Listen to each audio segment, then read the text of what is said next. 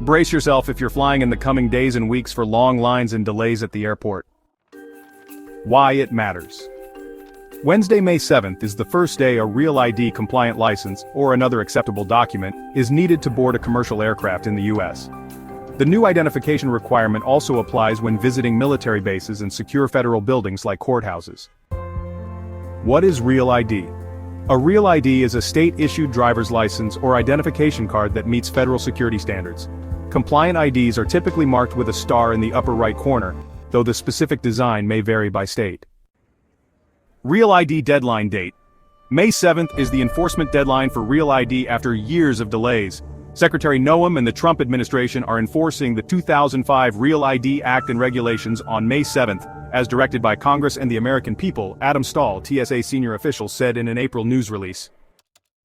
81% of travelers at TSA checkpoints present an acceptable identification, including a state-issued Real ID, according to TSA's statement.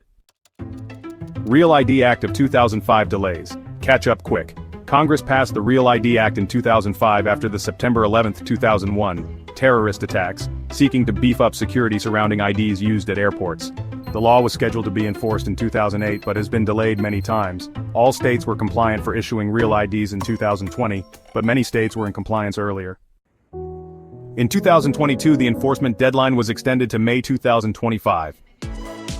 Real ID requirements include specific documents. The Department of Homeland Security states that, at a minimum, you must provide documentation that shows your full legal name, date of birth, social security number, 2 proofs of principal address, and lawful status.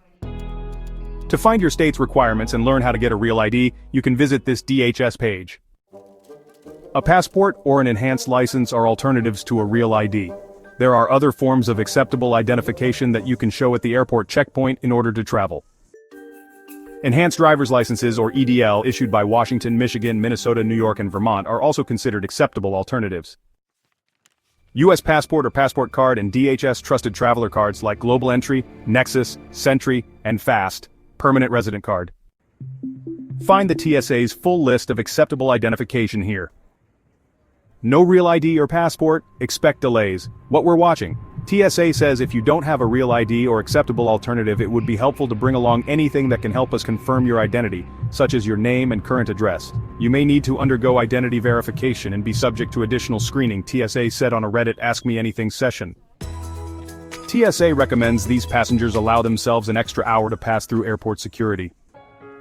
Passengers who present a state-issued identification that is not Real ID compliant and who do not have another acceptable alternative like a passport can expect to face delays, additional screening, and the possibility of not being permitted into the security checkpoint.